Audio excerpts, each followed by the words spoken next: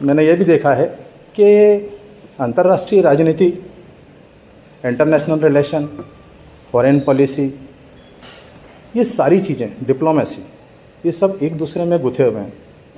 आप जानते हैं जब ये देश और यहाँ की सरकार काम करती है तो उसके पीछे इंटरनेशनल पॉलिटिक्स होती है। बाहर शांति है तो अंदर जो है आपकी अर्थव्यवस्था कुलांचे भरेगी। मेरा जो ये टॉपिक है, भारत बांग्लादेश संबंध आफ्टर शेख हसीना। भारत बांग्लादेश से जब परिचित हैं, शेख हसीना से भी परिचित होंगे। मैं इसी टॉपिक पे बोलने वाला हूँ। एक्चुअल बांग्लादेश शुरुआत से नहीं था। 1947 में लॉर्ड माउंटबेटन योजना में 2 राष्ट्रों का निर्माण हुआ था। 14 अगस्त की मध्य रात्रि को पाकिस्तान, 15 अगस्त को हम। भारत स्वतंत्र हुआ था अंग्रेज़ों की दास्ता से। ये स्वतंत्रता हमें जिस कीमत पे मिली थी उसके लिए हमने बहुत बड़ी कीमत चुकाई थी। कई लोगों के बलिदान हुए थे और ये जो बलिदान है इसके परिप्रेक्ष्य में देखा जाए तो दोनों राष्ट्र 2 अलग अलग विचारधारा लेके चले थे। पाकिस्तान की अपनी एक अलग विचारधारा थी और भारत की एक अपनी अलग विचारधारा थी। वो एक इस्लामिक राष्ट्र के रूप में उसका उदय हुआ था और हम धर्मनिरपेक्ष राष्ट्र के रूप में। ये जो टॉपिक है इसमें एक्चुअली जैसे मैंने कहा कि इंटरनेशनल रिलेशन, तो एक मैडम पेपर आता है हमारा MA सेकंड सेम में, politics of south Asian countries, second same में चलता है। एक पेपर सेकंड ईयर में चलता है, पाश्चात्य राजनीतिक चिंतन। तो उनको बताने के लिए, बोलने के लिए जब मैं पूछता हूँ कि पेपर कौन सा है तो पाश्चात्य राजनीतिक चिंतन को बोलते हैं पश्चाताप राजनीतिक चिंतन। तो मुझे बड़ा पश्चाताप होता है कई बार कि बच्चों को पढ़ाने के लिए इतनी शानदार फैकल्टी है आपके पास, लेकिन वो समझने को तैयार नहीं है, क्योंकि यदि उसका इंटरेक्शन नहीं होगा तो किसी मतलब का नहीं, किताबें पढ़ के आप नहीं कर सकते। तो ये जो 2 विचारधारा लेके चले, ये जो 2 राष्ट्रों का निर्माण हुआ है और इन दोनों की प्रगति आप देख लीजिए। पाकिस्तान के पास जो हिस्सा गया था वो था एक्चुअल पूर्वी बंगाल का, पश्चिम बंगाल से अलग लगता होगा। वो मैं इतिहास के उसमें नहीं जाऊंगा, नवाब सिराजुद्दौला से उसकी कहानी शुरू होती है। तो ये गया था पूर्वी पाकिस्तान के रूप में, और पूर्वी पाकिस्तान में जो वहाँ की अधिसंख्यक आबादी है वो बोलती थी बांग्ला, और जो पश्चिम पाकिस्तान था वहाँ की आबादी बोलती थी उर्दू। उर्दू को उन्होंने राष्ट्रभाषा बनाने का प्रयास किया और उसमें वो सफल भी हो। कौन? पश्चिम पाकिस्तान। उस समय वहाँ के जो राष्ट्रपति और सेना प्रमुख भी थे, जनरल याह्या खान। जनरल याह्या खान ने कहा कि उर्दू ही पाकिस्तान की राष्ट्रभाषा होगी, जिसका पूर्वी बंगाल, अभी बांग्लादेश नहीं बना है, जिसका पूर्वी बंगाल ने विरोध किया कि नहीं भाई बांग्ला होना चाहिए। तो राष्ट्रवाद की ये भावना, जहाँ ज़्यादा लोग थे उन्होंने कहा बांग्ला, जहाँ कम लोग थे उन्होंने कहा उर्दू, क्योंकि इस्लामिक राष्ट्र है। यहाँ से उनका डिस्प्यूट शुरू हुआ। ये डिस्प्यूट कहाँ आया? चुनाव के समय 1970 में, 1970 में जब पाकिस्तान में चुनाव हुए तो उन्होंने कहा कि आप जो है हमें इसमें संसद में ज़्यादा सीटें चाहिए। ज़्यादा सीटें का मतलब है कि ज़्यादा जनसंख्या जिस क्षेत्र में है उसको ज़्यादा प्रतिनिधित्व मिलना चाहिए। लोकतंत्र में ऐसे ही होता है। उन्होंने कहा नहीं। चुनाव हुए, चुनाव में पूर्वी पाकिस्तान जिसके तत्कालीन अवामी लीग के नेता थे मुजीबुर रहमान, उनकी पार्टी को स्पष्ट बहुमत मिला और उन्होंने कहा कि चूंकि हमें बहुमत मिला है तो आप हमें सत्ता सौंपिए। चूंकि जनरल याह्या खान उस समय राष्ट्रपति भी थे, सेना प्रमुख भी थे, उन्होंने कहा नहीं भाई ऐसा नहीं होगा, आप ऐसा नहीं कर सकते। ये बात मैं आपको बता रहा हूँ मार्च 1971 की, 1971। जब उन्होंने मना किया तो उस तरफ से जो है आंदोलन शुरू हुए, पूर्वी पाकिस्तान की तरफ से आंदोलन शुरू हुए तो लोगों में तीव्र प्रतिक्रिया हुई।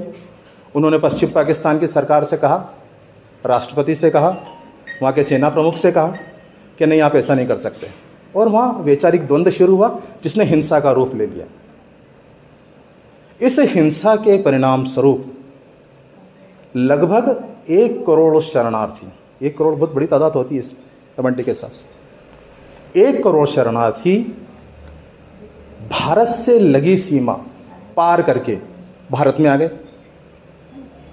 बांग्लादेश से, अभी बांग्लादेश पाकिस्तान से हमारी जो सीमा रेखा है वो बिल्कुल लगी हुई, सर रेड क्लिफ, उसको बोलते हैं रेड क्लिफ लाइन। तो वो रेड क्लिफ पार करके किधर है? हमारे उत्तर पूर्वी राज्यों में, जिसमें आसाम, त्रिपुरा, मेघालय, मणिपुर, इन राज्यों में वो जब शरणार्थी आने लगे तो हमारे ऊपर प्रेशर पड़ा। अब सेकंड सीन में जाइए आप, भारत का राजनीतिक नेतृत्व, वो सब पलायन करके किधर आ रहे हैं? हिंसा के कारण भारत में।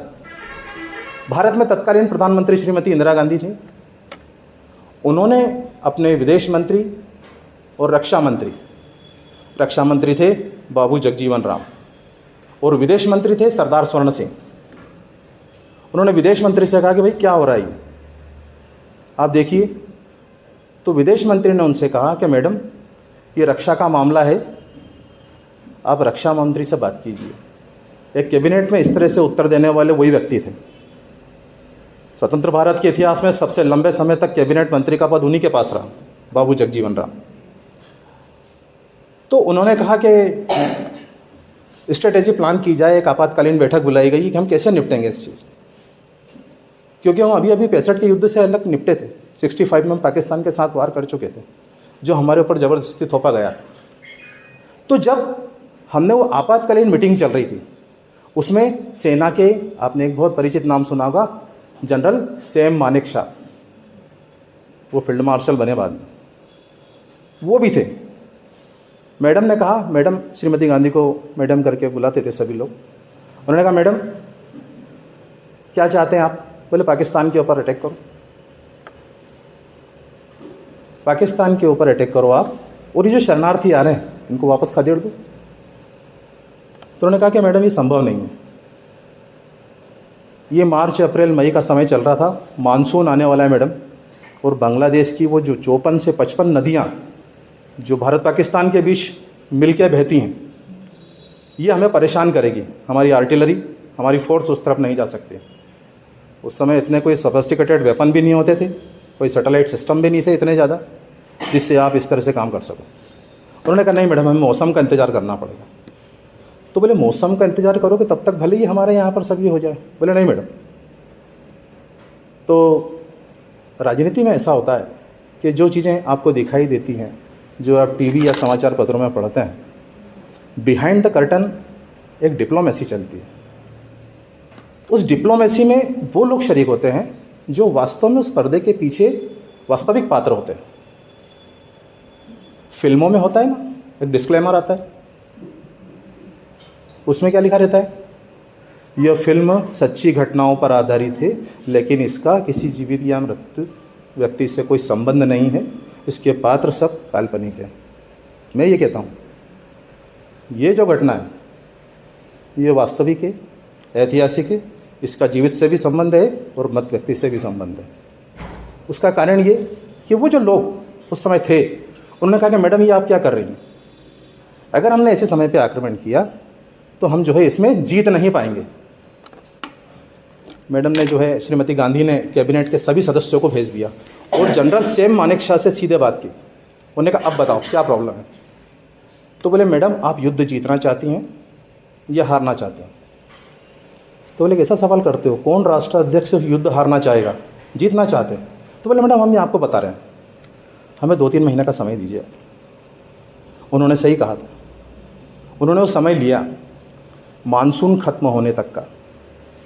इस बीच उस शरणार्थियों की संख्या लगातार बढ़ती रही। हमारे यहाँ त्राहिमाम मचा। विदेश मंत्री सरदार स्वर्ण सिंह ने मैडम से कहा, मैडम मतलब श्रीमती गांधी, उन्होंने उनसे कहा कि आप मैडम एक काम करिए कि हम एक ग्रुप लेके चल रहे थे उस समय, नॉन अलाइजमेंट मूवमेंट, गुटनिरपेक्ष आंदोलन, कि न तो हम वाशिंगटन के खेमे में थे और न ही हम तत्कालीन सोवियत संघ USSR के खेमे में थे, United state of Soviet socialist Republic. तब उसका विभाजन नहीं हुआ था। उन्होंने कहा मैडम आप समर्थन जुटाएं, क्योंकि ऐसा कोई भी बड़ा कदम उठाने से पहले आपको समर्थन जुटाना पड़ता है, और हम तो जो है कोई डेवलप कंट्री है नहीं। हमने देखा तो हम विदेश यात्रा पे निकले। अब तक ये सब चल रहा है इधर। श्रीमती गांधी अमेरिका गई, ब्रिटेन गई, कनाडा गई, फ्रांस गई, लैटिन अमेरिका गई, अफ्रीका गई, लैटिन अमेरिका गई। इन सब देशों की उन्होंने यात्रा की और कहा कि देखिए हमारी सीमा पे क्या हो रहा है, शरणार्थी आ रहे हैं, हिंसा हो रही है, और वो हिंसा किसी भी समय हमारे देश में प्रविष्ट होगी और हम इसका सामना कैसे करेंगे। इसलिए आप उससे कहिए पाकिस्तान कि वो ये नरसंहार जेनोसाइड बंद करें।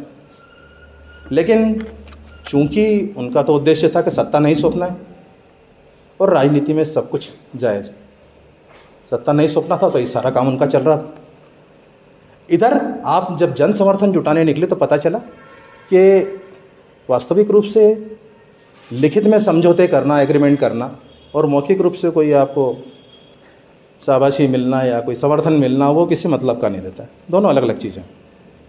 श्रीमती गांधी जब तक आई लौट के तो पता लगा कि अमेरिका ने हिंद महासागर में बंगाल की खाड़ी के नज़दीक अपना 7वां बेड़ा भेज दिया, मतलब प्रेशर बनाया। जैसे अभी वर्तमान के सिनेरियो में आप देख रहे होंगे कि ईरान के पास एक अमेरिकी बेड़ा खड़ा है और वो कह रहा है इस पर साइन कर, परमाणु अप्रसार संधि पे साइन कर, न्यूक्लियर प्रोलिफरेशन ट्रीटी पे साइन करो, CTBT पे साइन करो, परमाणु ऊर्जा के प्रोग्राम बंद करो।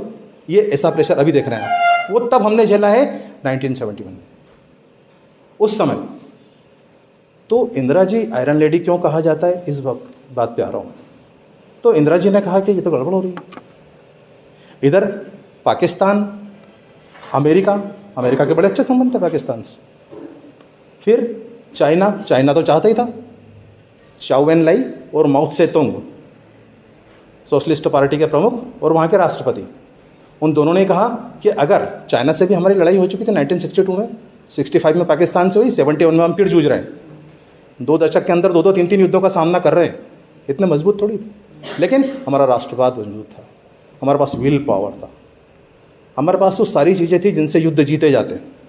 पर जो भी सीमित साधन थे, चीन ने कहा कि अच्छा है, दुश्मन का दुश्मन अपना दोस्त। उन्होंने पाकिस्तान की पीठ पे हाथ रखा और उससे कहा कि हाँ तुम करो।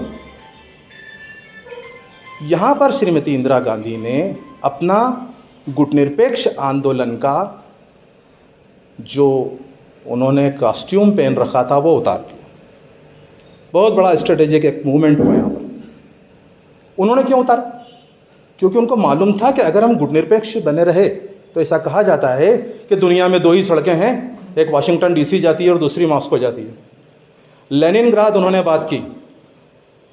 जो कम्युनिस्ट पार्टी के प्रमुख थे मिस्टर ब्रेजनेव, लियोनिद ब्रेजनेव, विदेश मंत्री से बात की आंद्रेई ग्रोमिको, वहाँ के प्रधानमंत्री से बात की कोशिगन, उनसे बात की कि आप हमारे साथ एक संधि करें। सोवियत संघ भी देख रहा था कि ये ऐसा हो रहा है उस तरफ, और वो US और सोवियत संघ दोनों एक दूसरे के एंटी थे। क्यों? क्योंकि कोल्ड वार चल रहा था। तो उन्होंने वहां पर एक 20 साल की मैत्री संधि की, एक मैत्री संधि साइन की कि यदि भारत की सीमा का किसी भी अन्य देश ने, चाहे चीन, पाकिस्तान, आपका US और ग्रेट ब्रिटेन भी, वो भी अमेरिका का साथ दे रहा था, ईरान भी उसका साथ दे रहा था, ये सभी राष्ट्र मिलकर, आप देखिए सिर्फ भारत पाकिस्तान नहीं है, इसमें कितने देश शामिल हो गए? इसमें 2 महाशक्तियां शामिल हो गई, चीन शामिल हो गया, इसमें ब्रिटेन शामिल हो गया, इसमें ईरान शामिल हो गया, ये सब शामिल हो गए उसमें, और आप अकेले खड़े हो। तो आपको ये मूवमेंट करना ही था, ये स्टेप आपको लेना ही था। आपने क्या किया? उससे 20 वर्षीय मैत्री संधि की, और उस मैत्री संधि के बाद आपने कहा कि अब ठीक है, पर युद्ध तो आपको लड़ना था। बांग्लादेश के लोग जो पाकिस्तान में प्रतिकार कर रहे थे, मुक्ति सेना, मुक्ति वाहिनी, इस मुक्ति वाहिनी ने वहाँ पर पश्चिम पाकिस्तान में व्यापक रूप से अंदर तक पहुँच के उनको नुकसान पहुँचाया। वो भारतीय सेना ने इस संधि के बाद उनको प्रशिक्षित करने का और उनको आर्म्स और वेपन देने का काम किया। हमारे जो उस समय के तत्कालीन सेनाध्यक्ष थे वो थे मानेकशॉ, और जो पूर्वी कमान पर देख रहे थे वो थे जनरल जगजीत सिंह बराड़। भारतीय सेना तीव्र गति से पाकिस्तान के अंदर दाखिल हुई, जिसमें मुक्ति सेना ने उसका साथ दिया।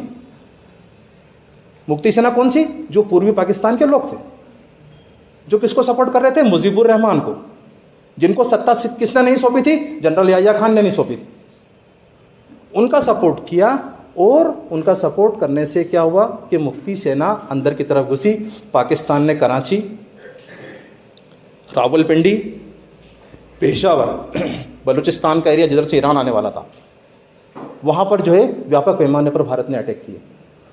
पाकिस्तान ने भी किया, ऐसा नहीं है। आपने आजकल की कुछ मूवी देखी होंगी जिसमें गाजी अटैक, वो 1971 का ही सीन है। तो आपने ऐसा किया। इधर सोवियत संघ ने क्या किया? सोवियत संघ ने अपनी सबमरीन, जो न्यूक्लियर सबमरीन थी, वो कहाँ उतार दी? हिंद महासागर में, वो भी बंगाल की खाड़ी में, जहाँ पर एयरफ्लीट खड़ा था। किसका? यूएस का। जहाँ अमेरिका का विमान वाहक पोत खड़ा था, वहाँ पर क्या किया? उसने पनडुब्बी पहुँचा दी अपनी। तो उन्होंने कहा, पहले जैसा मैंने बताया ना, सैटेलाइट सिस्टम इतने ज़्यादा सोफिस्टिकेटेड नहीं थे, तो उन्होंने कहा पनडुब्बी अंदर है, ये कैसे मालूम पड़ेगा? इसको बाहर भी आना चाहिए। तो अमेरिकी जो विमान वाहक पोत था, उसके आसपास वो पनडुब्बियाँ दिखाई देने लगी रूस की, सोवियत संघ की। अमेरिकी लोगों को ये लगा कि ये इसने घेर लिया है। किसने? सोवियत संघ ने। जो किसको सपोर्ट कर रहा था? वो सपोर्ट कर रहा था इंडिया को। क्यों? क्योंकि हमारी संधि हो गई थी उससे। इधर एक और सीन बन रहा है। संयुक्त राष्ट्र संघ, जिसके अभी चेयरमैन बान की मून है। संयुक्त राष्ट्र संघ उस समय कौन थे? महासचिव, जनरल सेक्रेटरी यू थांट। वहाँ पर अमेरिका, चूंकि पाकिस्तान की हार हो रही थी, तो अमेरिका ने तुरंत क्या किया? एक प्रस्ताव लाया और उसने यूनाइटेड नेशन में सबमिट किया कि ये गलत हो रहा है। वो अपने मित्र को हारते हुए देखना नहीं चाहता था, वो चाहता था कि ये यहीं बंद हो जाए। पर यहाँ पर क्या हुआ? परमानेंट 5, अभी इस समय 193 हैं संयुक्त राष्ट्र संघ में सदस्य देशों की संख्या, जिसमें 5 लोगों के पास वीटो पावर है, VETO। 2 महाशक्तियाँ उस समय, सोवियत संघ और USA, France, great Britain, China. तो उसमें अगर चाहे कितने राष्ट्र एक पक्ष में हो और दूसरा उसका वीटो कर देगा, तो प्रस्ताव पास नहीं हो सकता। तो सोवियत संघ वहाँ क्या कर रहा था? वो वीटो कर रहा था।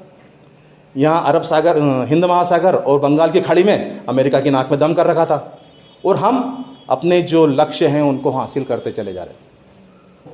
अपने जो लक्ष्य हैं उन्हें हासिल करते चले जा रहे थे। और हमने क्या किया? हमने उन लक्ष्यों को हासिल किया। अमेरिका वो बेड़े वापस लौटे। चीन सोवियत संघ के कारण नहीं बोला कि अरे कुछ बोलेंगे तो महाशक्ति है, कभी भी कुछ भी हो सकता है। ईरान बोले ये महाशक्ति नहीं बोल रही तो मैं क्यों, तो वापस बलूचिस्तान के रास्ते अंदर। अब बचे कौन? इंडिया। इंडिया ने किया कि पूर्वी पाकिस्तान की राजधानी ढाका में द्वितीय विश्व युद्ध के बाद का सबसे बड़ा सरेंडर हुआ। 93,000 सोल्जर उन्होंने सरेंडर किया। 93,000 पाकिस्तानी सैनिकों ने ढाका में सरेंडर किया। और जैसा राजनाथ सिंह कहते हैं ना आजकल कि हम भूगोल बदल देंगे, तो उस समय दक्षिण एशिया का भूगोल बदल दिया गया और बांग्लादेश के रूप में एक नए राष्ट्र का उदय हुआ, जिसमें सत्ता किसको सौंपी गई? उस व्यक्ति को, अवामी लीग के उस लीडर को, जिनका नाम शेख मुजीबुर रहमान था। उनकी बेटी हैं शेख हसीना, उनके पास सत्ता आई। सरेंडर हुआ 1971 का शिमला समझौता। 93,000 लोगों का समर्पण, भारतीय सेना का मनोबल, ये सारी चीज़ें क्या हुई? एकजुट हुई। और हमने उस लड़ाई में किसको पराजित किया? पाकिस्तान। भारत ने कभी नहीं कहा कि हमने पाकिस्तान को हरा दिया। भारत ने हमेशा ये कहा कि भाई ये लोकतंत्र बचाओ आंदोलन था, मानव अधिकारों का जो देश उल्लंघन कर रहे थे उससे हमने बचाव किया आम जनता का, और उन्होंने अपने लक्ष्य को हासिल किया। भाई बांग्लादेश में कौन सी भारत की सत्ता हो गई, लेकिन वहाँ कौन आ गई? अवामी लीग। थोड़ा सा समय और लूँगा मैं आपका, क्योंकि आफ्टर शेख हसीना ये स्वतंत्र हो गया, राष्ट्र बन गया। अब मैंने सिर्फ राष्ट्र बनाया है अभी। अब थोड़ा सा इसके आगे का, शेख हसीना मुजीबुर रहमान की बेटी थी। 1971 में बांग्लादेश बना और उसने हमेशा भारत का आभार माना कि हमें भारत ने स्वतंत्र कराया। शेख मुजीबुर रहमान की मूर्तियाँ लगी, बड़े बड़े कटआउट लगे, फ्लैग लगे। श्रीमती इंदिरा गांधी ने वहाँ की यात्रा की, वो भी यात्रा के लिए यहाँ पर आए। स्थिति ये बनी कि 73 से 4 के बीच में मुजीबुर रहमान की परिवार सहित हत्या कर दी गई। ये सिर्फ इसलिए बच गए क्योंकि ये नई दिल्ली में थी। ये इसलिए बच गए, उनके पूरे परिवार की हत्या कर दी और वहाँ पर जियाउर रहमान आ गए। जियाउर रहमान एक सैनिक शासक थे। तो बांग्लादेश कहाँ चला गया? सैनिक शासन में चला गया, डिक्टेटरशिप में चला गया, मार्शल लॉ लागू कर दिया। आपके जो राइट्स थे वो सब सस्पेंड कर दिए गए, फंडामेंटल राइट्स सब खत्म, संविधान एक तरफ वो रखा हुआ। ये सब किया उन्होंने। और ये जो शासन है ये लगभग 2 दशक तक चला। जियाउर रहमान के बाद आ गए लेफ्टिनेंट जनरल हुसैन मोहम्मद इरशाद। उसके बाद वो भी सैनिक शासन था। ये जब सैनिक शासन ख़त्म हुआ तो बांग्लादेश में लोकतंत्र की सुगबुगाहट शुरू हुई। वो क्यों हुई? क्योंकि जियाउर रहमान की बेटी और शेख मुजीबुर रहमान की बेटी, ये 2 बेगम हैं, शेख हसीना वाजिद और बेगम खालिदा जिया, BNP पॉलिटिकल पार्टी बांग्लादेश की, और अवामी लीग शेख हसीना। शेख हसीना ने बांग्लादेश को एक धर्मनिरपेक्ष राष्ट्र घोषित किया, इस्लामिक राष्ट्र नहीं। लेकिन चूंकि वहाँ पर मुस्लिम आबादी ज़्यादा थी तो वहाँ थोड़ा सी सुगबुगाहट शुरू हुई कि भाई ये तो यहाँ मुस्लिम धर्म है और ये आप कैसे कर रहे हो और धर्मनिरपेक्ष कैसे। तो उन्होंने कहा अच्छा ठीक है। संविधान में फिर एक और अमेंडमेंट हुआ 15, उसमें उन्होंने कहा कि भाई हमारे यहाँ पर राष्ट्र तो धर्मनिरपेक्ष रहेगा लेकिन राजधर्म जो है इस्लाम रहेगा। राजधर्म कौन सा रहेगा? इस्लाम, लेकिन हमारा राज धर्मनिरपेक्ष रहेगा। ऐसा करके उन्होंने 2002 से लेकर 24 तक 24 तक अपने देश को लोकतंत्र के बीच चलाया। बेगम खालिदा जिया और शेख हसीना वाजिद। एट लीस्ट शेख हसीना को जैन जी आंदोलन के तहत वहाँ से जाना पड़ा, हटा दिया गया। किसने हटाया? वहाँ के लोगों ने। क्यों हटाया? एक छोटा सा बिल था रिजर्वेशन को लेके, जिसका वहाँ के नवयुवाओं ने व्यापक रूप से विरोध किया और अपदस्थ होना पड़ा शेख हसीना को। वो निर्वासित होकर कहाँ आ गई? भारत आ गई। दिन में ही जो है उनको उधर से लेके भारतीय वायुसेना का भी बड़ा उल्लेखनीय योगदान रहा। वो कहीं पेपर में घटना आई नहीं है ज़्यादा, लेकिन हम कुछ रेफरेंसेस वगैरह पढ़ते हैं, आर्टिकल देखते हैं तो उसमें इन सब चीज़ों का उल्लेख है। मैंने आपसे कहा ना बिहाइंड द कर्टन क्या चल रहा है, सेलुलाइट के पीछे क्या चल रहा है। सिर्फ धुरंधर नहीं चल रही है, उसके पीछे वो डायरेक्टर, वो प्रोड्यूसर और वो सारा जो प्ले में शामिल हैं वो सब उसके अंदर। तो ये वही धुरंधर वाला काम। तो वो लोग जो थे उन्होंने क्या किया कि ये जो सिस्टम है पूरा, इसको बदलने का काम किया। अब उन्होंने कहा कि आप एक वो जनता जो शेख हसीना के खिलाफ है और एक वो देश जो उसको बचाने की कोशिश कर रहा है। तो आप बताइए कि अगर भारत में ऐसा हो तो आप क्या करोगे? त्वरित प्रतिक्रिया क्या होगी आपकी? आपका कोई आतंकवादी यहाँ पर घटना करके और जाके पाकिस्तान में बैठ जाएगा, आपके दिल में क्या रहेगा? आपके दिल में ना, अरे देखो चलो मजा के बेटा यार ऐसा कर रहे हैं, स्टेटमेंट दिए चले जा रहे कि ऐसा कर देंगे वैसा कर देंगे। यही ठीक ऐसी प्रतिक्रिया है बांग्लादेश के लोगों की। वो क्या कर रहे हैं कि उनको तो वहाँ बिठा रखा है और आप जो है यहाँ पर ये कह रहे हो कि शांति शांति। कहाँ से शांति? तो बांग्लादेश के जो तत्कालीन प्रशासक है, ना मैं प्रधानमंत्री कहूँगा ना राष्ट्रपति कहूँगा, अभी अंतरिम सरकार के मुखिया मोहम्मद यूनुस, वो जो है शायद आप लोगों में काफ़ी सारे लोगों को मालूम होगा, वो नोबेल पुरस्कार प्राप्त हैं फॉर पीस, शांति के लिए। और शांति कहाँ है? शांति है ही नहीं। नोबेल पीस पुरस्कार मिला है मोहम्मद यूनुस को। वैसे वो मैडम अर्थशास्त्र के व्यक्ति हैं, लेकिन उनको पीस के लिए मिला। लेकिन लेकिन उन्होंने अपनी स्थिति वहाँ बड़ी विचित्र रूप से पाई। जनता के ऊपर नियंत्रण नहीं है, प्रशासन अपना काम कर रहा है, प्रशासन अपना काम कर रहा है, आर्मी अपना काम कर रही है, उनकी कौन सुन रहा है? तो उनकी भूमिका इस समय धृतराष्ट्र की तरह है। उनकी भूमिका इस समय धृतराष्ट्र की तरह, ये क्या हो रहा है, ये क्या हो रहा है। भारत और बांग्लादेश के बीच में एक और नई चीज़ है, प्रत्यर्पण संधि, कि यदि बांग्लादेश का कोई व्यक्ति अपनी कोई अपराध करके भारत में चला जाएगा तो भारत सरकार का ही कर्तव्य है कि उसको जो है जब्त करके वहाँ भेजे या उसको गिरफ्तार करके वो वापस उसी देश में भेज दे। लेकिन डिप्लोमेटिक रूप से हम ऐसा नहीं कर सकते। क्यों? क्योंकि कहीं ना कहीं हमारे काम का है, कहीं ना कहीं वो हमारे लिए उपयोग में आएंगे। क्यों?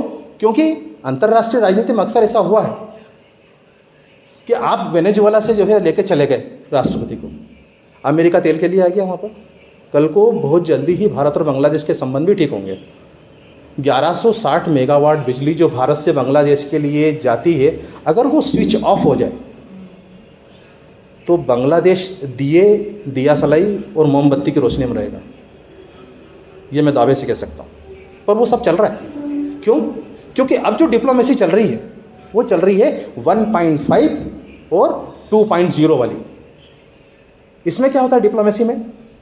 इसमें होता है कि विदेश मंत्री एक तरफ बैठे हैं, रक्षा मंत्री एक तरफ बैठे हैं, राष्ट्रपति प्रधानमंत्री भी कोई भी नहीं है। अब कौन है? इंटेलेक्चुअल पर्सन, वहाँ के बौद्धिक लोग जो वास्तव में चाहते हैं कि हमारे देश के संबंध अच्छे रहे सामने।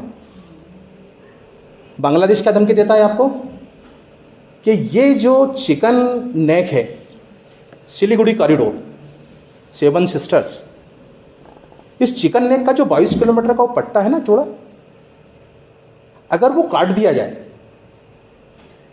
तो वो जो उत्तर पूर्वी हिस्सा है वो क्या हो जाएगा? लैंडलॉक्ड हो जाएगा, वहां पहुंच ही नहीं सकते।